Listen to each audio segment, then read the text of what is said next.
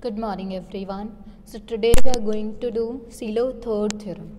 So statement of the theorem is the number of Silo P subgroups of a finite group. ये theorem हमें क्या बताती है कि हमें कितने Silo P subgroups मिल सकते हैं किसी finite group के. So the number of Silo P subgroups of a finite group G is equals to 1 plus Kp, where 1 plus Kp divides order of G and K is a non-negative integer. तो अब start करते हैं proof. So let G be a finite group such that order of G is equals to P to the power n into m, where n is greater than 1 and ये जो P है ये m को divide नहीं करता. ठीक है, किसी भी फाइनाइट ग्रुप को हम इस टाइप से लेट कर सकते हैं. Now let P is what? P be a Silo P subgroup of G. So P be a Silo P subgroup of G.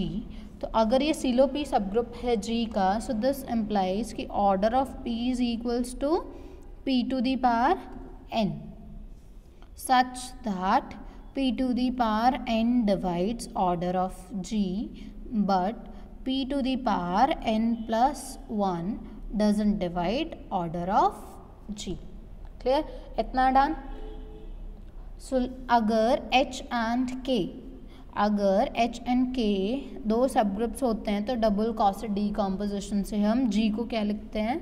G is equals to union over X X H G. और order of G क्या होता है? Order of G is equals to summation over X और यहाँ पे not G, यहाँ पे K आएगा. ठीक है, H एंड K कोई सब ग्रुप्स लिए ना, सो X H K और इनका ऑर्डर भी हमें पता होता है क्या होता है. सो इस बार हम क्या ले रहे हैं, जो दो डिफरेंट ना लेके सिर्फ एक ही ले रहे हैं. लेट्स से कि H is equals to K is equals to P. अगर ये दोनों सेम हैं तो order of G is what? Order of G is summation over X P X P. Done. और इसका ऑर्डर हम किस टाइप से फाइंड करते हैं? डबल कॉसेट्स का, वो हमने पढ़ा था. Order of P X P is equals to order of P into order of P divided by order of X intersection P X intersection P, and order of P is P to the power n. Order of P is again P to the power n divided by order of X intersection P X intersection P, क्योंकि हमें इसका order नहीं पता अभी. Done. तो order of G कितना आ गया? Order of G is equals to summation over X. अब इसके ऑर्डर, यहाँ पे ऑर्डर मिसप्लेस है. ठीक है, सो यहाँ पे वैल्यू लगाओ P to the power n divided by order of X inverse P X intersection P. ठीक है, अब हम क्या करेंगे इसको, अगर हम ये ओवरऑल क्या बन गया? Over X P to the power 2n divided by order of X inverse P X intersection P. Let's say this be equation number 1. Done. तो अगर हमने अभी तो ये फाइंड किया कि इस टाइप से निकल सकता है, बट अगर हम बोलें कि ऑर्डर ऑफ G, देखो इस टाइप से करो. अगर order of G is what? Over X P के ऑर्डर का समेशन है. तो इस X को हम स्प्लिट करते हैं दो पार्ट्स में इस समेशन को, where X belongs to normaliser of P. तो order of P X P plus this summation X belongs to does not belongs to normaliser of P, then order of P X P. इतना clear? तो अब जब X belong करेगा normaliser of P से तो क्या होगा? When X belongs to normalizer of P, so this implies कि X inverse Px is equals to P, and this implies कि Px is equals to x p. So अगर p से multiply कर दें तो क्या आएगा, p p x is equals to p x p and p into p is what, p. So p x is equals to p x p. तो इस summation के प्लेस पे हम यहाँ पे इसके ऑर्डर के प्लेस पे क्या लिख सकते हैं, order of x belongs to N P, यहाँ पे ऑर्डर ऑफ पी एक्स आ जाएगा। और ये वाली term same, x does not belongs to N P, normaliser of p and order of P x P. Done, इतना क्लियर है। अब देखो order of P X where x belongs to p, ये कितना होगा। अब हमें ये देखना है ना, सिंस हमें पता है कि ये जो होगा x belongs to N P की जो यूनियन है over P x is equals to N P होती है, यह हमारे पास एक रिजल्ट होता है। तो अगर ऑर्डर ऑफ एन पी निकालना है तो ऑर्डर ऑफ एन पी के लिए क्या होगा, बस ये समेशन में चेंज हो जाएगा। तो x belongs to N P order of P x. So ये जो पूरी टर्म है दिस समेशन, ये एज इट इज यहाँ पे है और इसकी वैल्यू क्या है, order of N p. So हमें क्या मिल गया कि order of g is equals to order of N P, ये वाले समेशन के प्लेस पे क्या आ गया, order of N p, then plus the summation x does not belongs to N P order of P x P. और ये जो हमने इक्वेशन नंबर 1 फाइंड की थी ये तो सबके लिए है, तो इसके लिए ये रिजल्ट हो जाएगा। तो order of g is equals to order of N P plus, अब देखो this is equals to summation x does not belongs to N P, ये फॉर्मूला तो तब भी यही रहने वाला, तो p to the power 2n divided by order of x inverse px intersection p and let's say this be equation number 2. So हमने यहाँ तक कर लिया था कि order of g is equals to order of np plus the summation.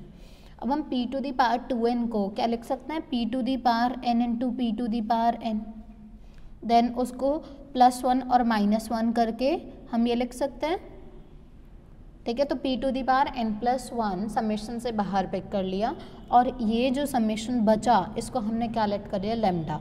So order of g क्या आ गया, अब order of g is equals to order of N P plus p to the power n+1 into lambda, इतना ठीक है। अब throughout order of N P से divide करते हैं, तो order of g divided by order of N P is equals to, order of N P को order of N P से डिवाइड करेंगे तो 1 plus p to the power n+1 into lambda divided by order of normaliser of p। Done.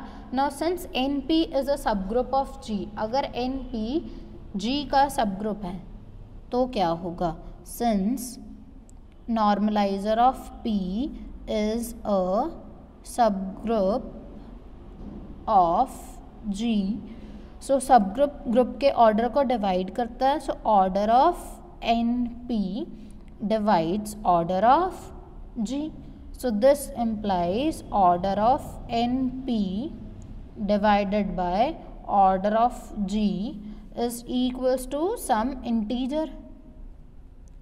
अगर ये divide करता है तो कोई ना कोई इंटीजर आएगा। तो अगर वो इस इंटीजर को हम लेट कर लेते हैं, पहले इसका रिवर्स कर लो क्योंकि हमें order of g by order of N P चाहिए, तो order of g divided by order of N P is equals to some integer and let's say that be mu. So order of g by order of N P is equals to mu, ये जो कुछ integer था इसको हमने mu late कर लिया। अब order of g is what, क्योंकि हम केस ही कब कर रहे हैं, जब वो नहीं बिलोंग करते, तो ऑर्डर ऑफ g क्या हमने फाइंड किया था, pn+1 times lambda, so order of N P and this is equals to mu. So this implies p to the power n plus 1 times lambda is equals to mu times order of normalizer of p. Now again p is a subgroup of np. p np का subgroup है तो order of p divides order of np. अगर order of p इसको divide करेगा so this implies order of p is what? p to the power n. So p to the power n divides order of np. So order of np किस फॉर्म का होगा? Order of np is equals to p to the power n into some v where v is an integer.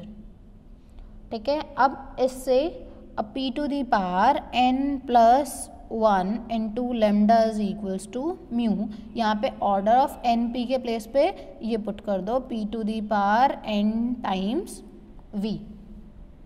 Done. तो अब यहाँ पे क्या बचा? ये p to the power n था, ये p to the power n plus 1 था. So we are left with p times lambda is equals to mu times v. So this implies कि p divides mu v.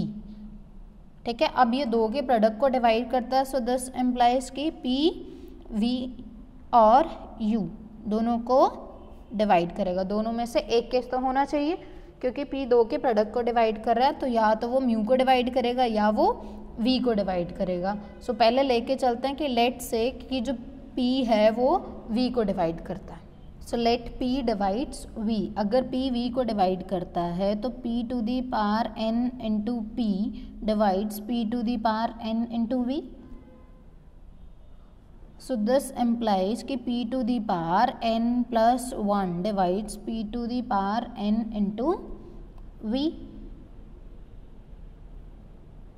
So this implies कि p to the power n plus 1 divides order of g and this is a contradiction क्योंकि p to the power n ही divide कर सकता है order of g को.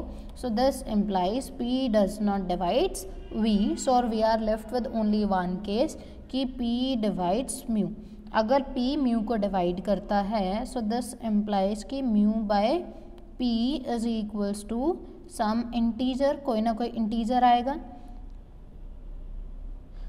सो यहाँ से हमें अभी क्या मिला? Lambda by p is equals to some integer. और इससे पहले जब हमने किया था p lambda is equals to mu v तो अगर हम वहाँ से ये फाइंड करें तो ये कितना आएगा? Lambda by v. So this is equals to an integer and let that integer be k. So this implies कि mu by p is equals to lambda by v is equals to some k where k is an integer. So this implies हमें क्या मिल गया कि order of g divided by order of np. हमने ये terms find करनी start की थी और ये क्या था? 1 plus p to the power n plus 1 times lambda divided by order of np. यही था. अब यहाँ पे वैल्यू सब्स्टिट्यूट करो. 1 plus p to the power n plus 1 lambda. Order of np is p to the power n into v. So यहाँ पे ये p to the power n से n कैंसिल हो जाएगा. So 1 plus p lambda divided by v and ये जो term है lambda by v, this lambda by v is equals to k. So this is 1 plus k times p. तो हमें क्या मिला? Order of g divided by order of np is equals to 1 plus k times p. हमें तो ये proof करना था कि जितने सीलो पी सब ग्रुप्स आते हैं वो होते हैं 1 प्लस के पी. पर हमने क्या फाइंड किया? हमने फाइंड किया order of g divided by order of normaliser of p is equals to 1 plus k p. Now by second theorem, Sylow second theorem, all the CeLO P subgroups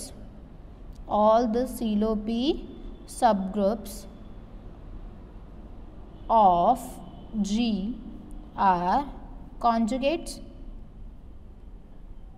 तो जितने भी CeLO P सबग्रुप्स हैं वो conjugates होंगे. तो अगर मैं number of conjugate find कर लूँ तो मुझे नंबर ऑफ CLOP सब ग्रुप्स मिल जाएंगे। और हमें पता है कि नंबर ऑफ कॉन्जुगेट्स, किसी भी ग्रुप के लिए नंबर ऑफ कॉन्जुगेट्स क्या होते हैं, order of G divided by order of normaliser of P। So this implies कि ये जो हमने फाइंड किया है this is number of CLOP subgroups. So हमें क्या मिल गया, number of CLOP subgroups of G कितने आ गए ये, this is equals to 1 plus Kp where K is some non-negative integer. So this completes your proof.